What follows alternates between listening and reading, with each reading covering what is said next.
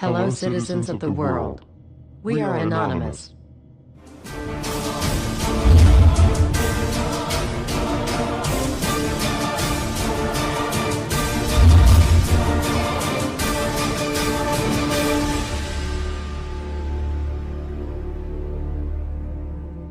Dear brothers and sisters, now is the time to open your eyes. In a stunning move that has civil libertarians stuttering with disbelief, the U.S. Senate has just passed a bill that effectively ends the Bill of Rights in America.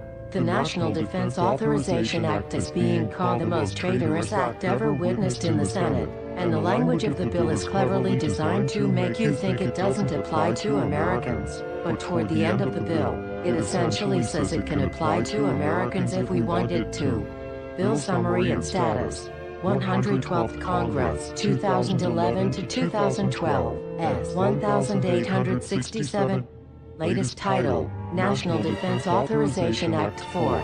This bill, passed late last night in a 93-7 vote, declares the entire USA to be a battleground upon which U.S. military forces can operate with impunity, overriding posse comitatus and granting the military the unchecked power to arrest, detain, interrogate and even assassinate U.S. citizens with impunity. Even Wired magazine was outraged at this bill, reporting, Senate wants the military to lock you up without trial. The detention mandate to use indefinite military detention in terrorism cases isn't limited to foreigners. It's confusing, because two different sections of the bill seem to contradict each other. But in the judgment of the University of Texas Robert Chesney, a nonpartisan authority on military detention, U.S. citizens are included in the grant of detention authority. The passage of this law is nothing less than an outright declaration of war against the American people by the military-connected power elite. If this is signed into law, it will shred the remaining tenets of the Bill of Rights and unleash upon America a total military dictatorship, complete with secret arrests, secret prisons, unlawful interrogations, indefinite detainment without ever being charged with a crime, the torture of Americans and even the legitimate assassination of U.S. citizens right here on American soil. If you have not yet woken up to the reality of the police state we've been warning you about, I hope you realize we are fast running out of time. Once this becomes law, you have no rights whatsoever in America, no due process, no First Amendment speech rights, no right to remain silent, nothing. The U.S. Senate does not want us to speak.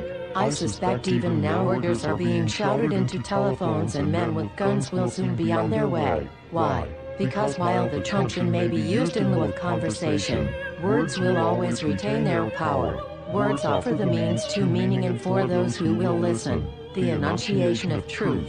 And the truth is, there is something terribly wrong with this country, isn't there? Cruelty and injustice, intolerance and oppression, and where once you had the freedom to object, to think and speak as you saw fit, you now have censors and systems of surveillance coercing your conformity and soliciting your submission. How did this happen? Who's to blame?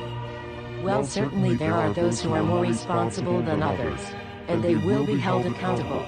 But again, truth be told, if you're looking for the guilty, you need only look into a mirror. I know why you did it. I know you were afraid. Who wouldn't be? War, terror, disease. There were a myriad of problems which conspired to corrupt your reason and rob you of your common sense. Fear got the best of you, and in your panic, you turned to the now president in command, Barack Obama. He promised you order. He promised you peace. And all he demanded in return was your silent, obedient consent. More than 400 years ago, a great citizen wished to embed the 5th of November forever in our memory. His hope was to remind the world that fairness, justice, and freedom are more than words, they are perspectives.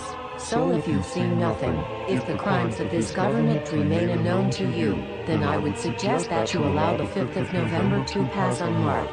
But if you see what I see, if you feel as I feel, and if you would seek as I seek, then I ask you to stand beside one another, 1 year from November 5th, 2011, outside the gates of every courthouse of every city demanding our rights. Together we stand against the injustice of our own government. We are anonymous. We are legion. United as one. divided by 0. We do not forgive censorship. We do not forget oppression. U.S. Senate. Expect us.